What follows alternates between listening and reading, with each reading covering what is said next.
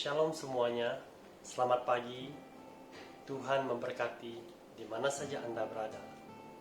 Terima kasih ya Tuhan, karena Engkau bersama kami, Engkau menyertai kami sepanjang minggu ini.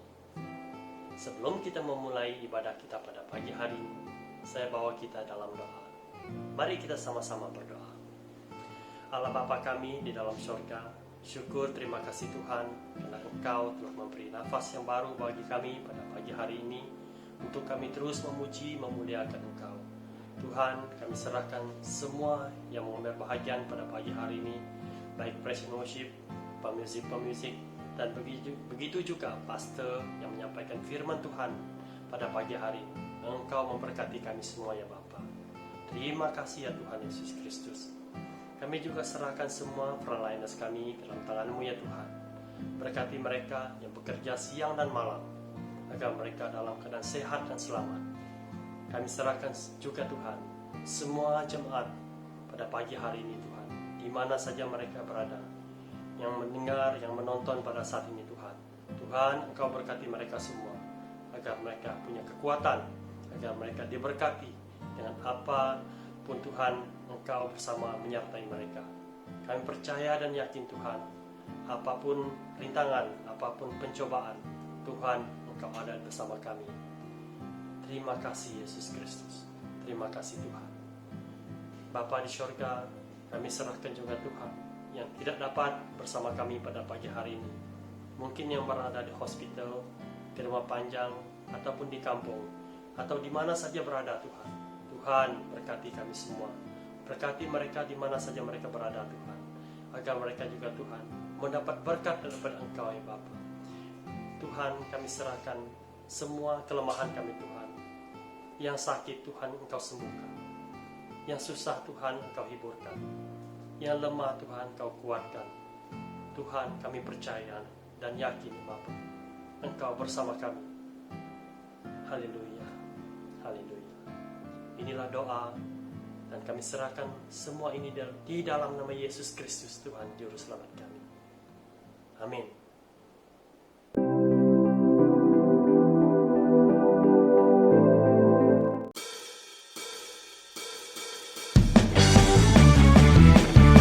Selamat pagi jemaat Tuhan, dimanapun Anda berada pada pagi ini.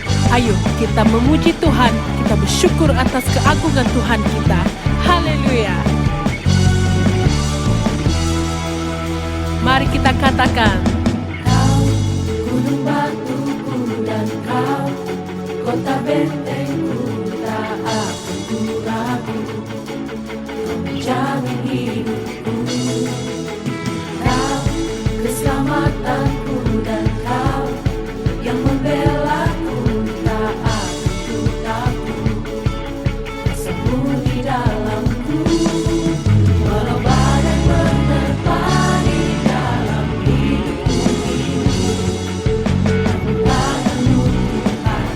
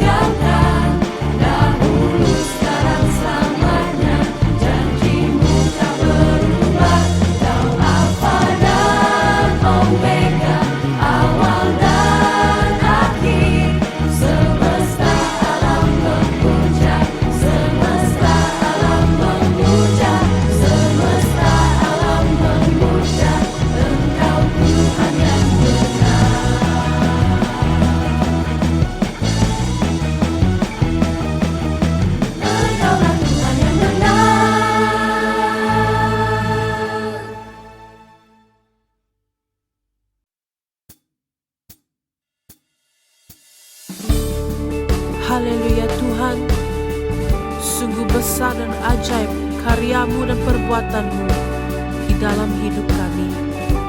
Sungguh Engkaulah Raja yang kami agungkan, yang kami tinggikan. Terpujilah namamu Yesus. Haleluya.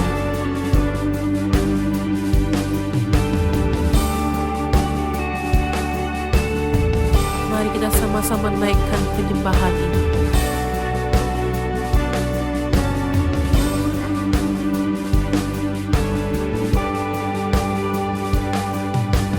Besar dan ajaiblah karyamu, adil dan benarlah jalanmu. Raja segala bangsa yang maha kuasa, mulia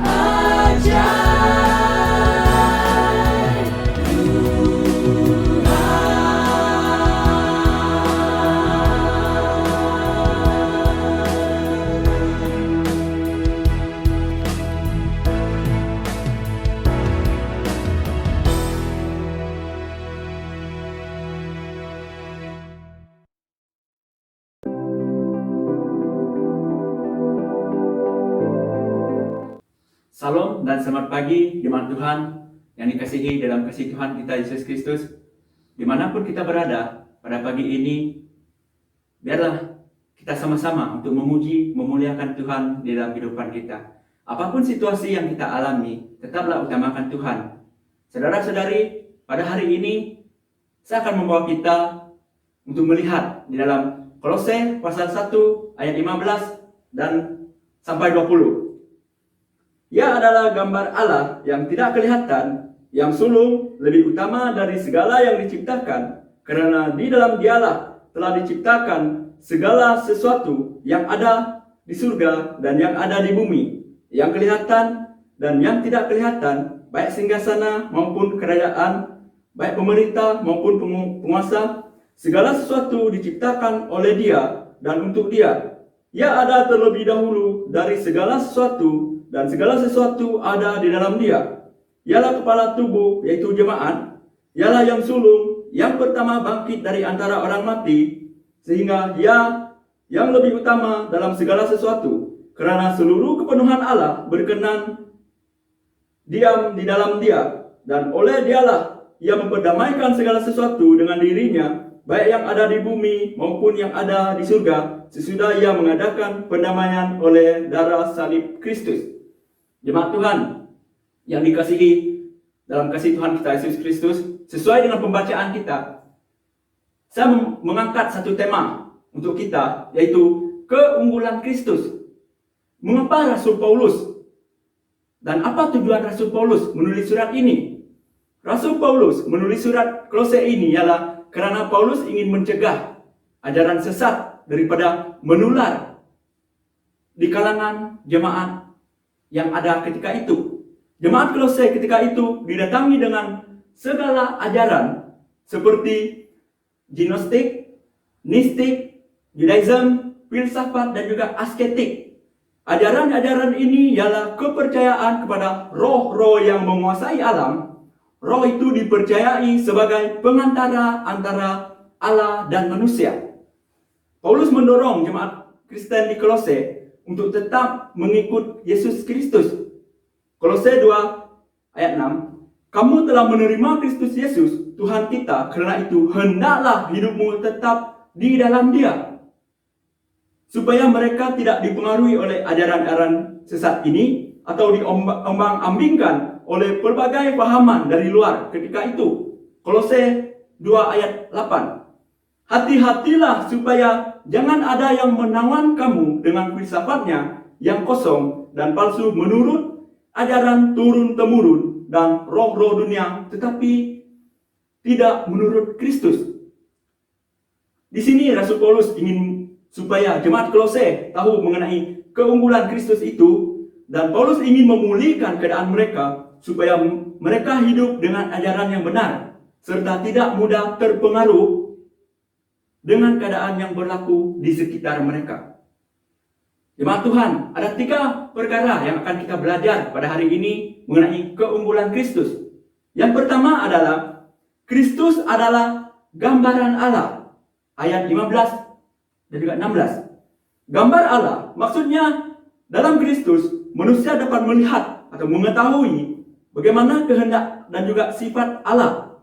Dalam konteks ini yang ditekankan adalah keserupaan, kehendak dan juga sifat-sifat Allah dengan Kristus, bukan keadaan fisik yang dapat dilihat. Rasul Paulus memberi penjelasan bahawa Kristus adalah gambaran Allah sebab manusia itu dibentuk oleh Allah menjadi serupa dengan gambarnya. Kejadian 1 ayat 26. Berfirmanlah Allah, baiklah kita menjadikan manusia menurut gambar dan rupa kita. Dan juga Kejadian 1 ayat 27. Maka Allah menciptakan manusia itu menurut gambarnya, menurut gambar Allah diciptakannya dia, laki-laki dan perempuan diciptakannya mereka. Rasul Paulus menggunakan kata gambar untuk memberi bayangan mengenai realiti siapa Kristus itu dan siapa manusia itu. Paulus juga dengan yakin mengatakan bahwa manusia itu merupakan gambaran Allah dan diubah menjadi serupa dengan gambar Kristus. Maka dengan itu, jemaat di Kolose dapat memahami message yang disampaikan oleh Rasul Paulus kepada mereka.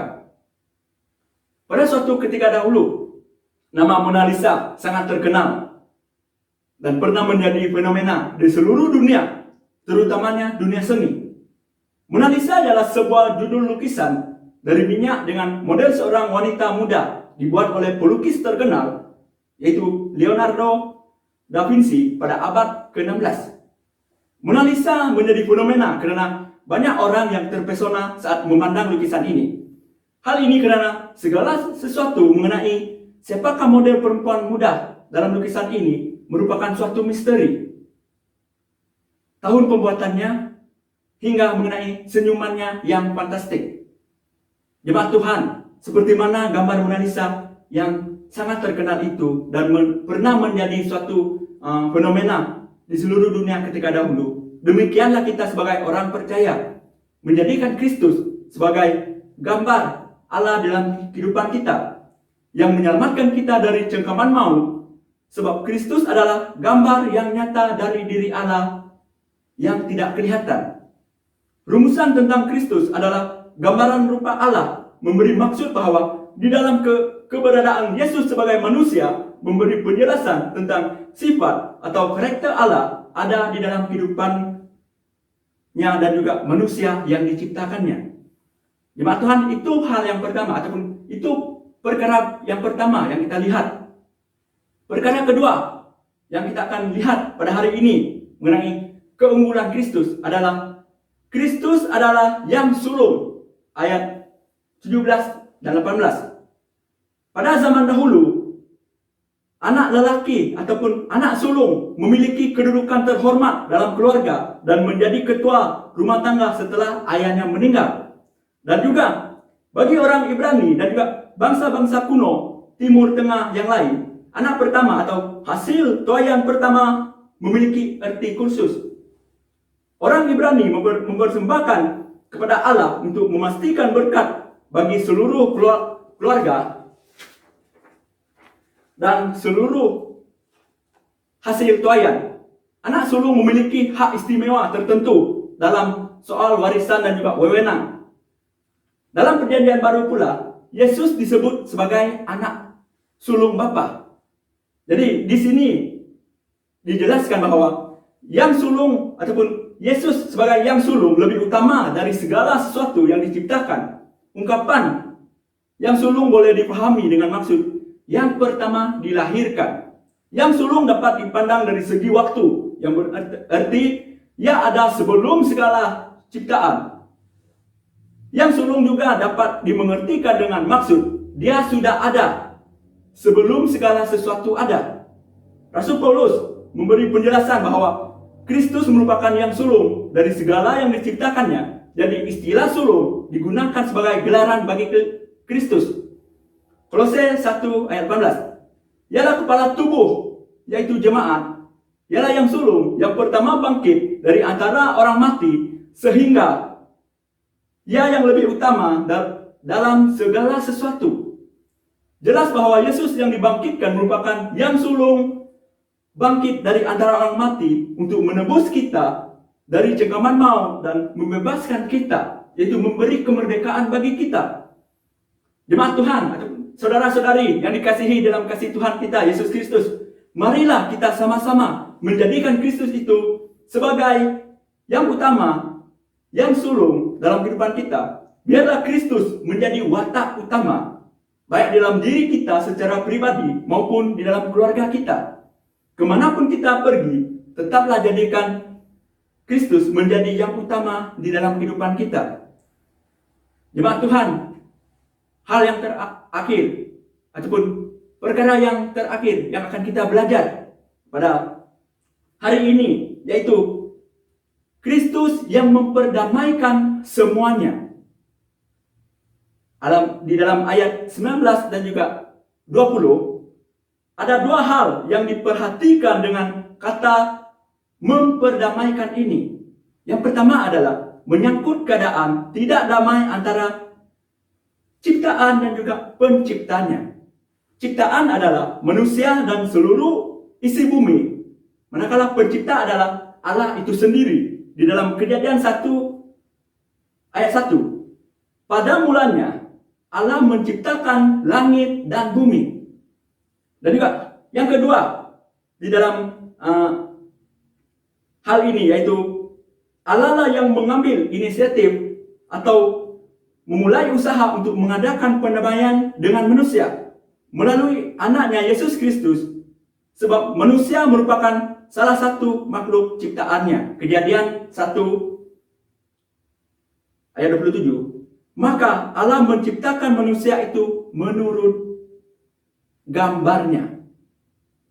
Karena dosalah yang memisahkan manusia itu dengan Allah, maka dengan itulah Allah menjadikan Kristus itu menjadi pendamai bagi kita.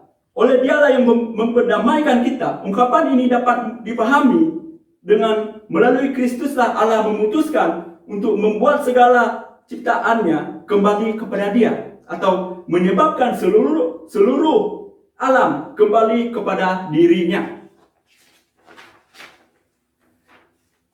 Jadi pendamaian yang dimaksudkan ialah pemulihan persekutuan antara Allah dan manusia, bahkan seluruh ciptaan yang terputus karena dosa.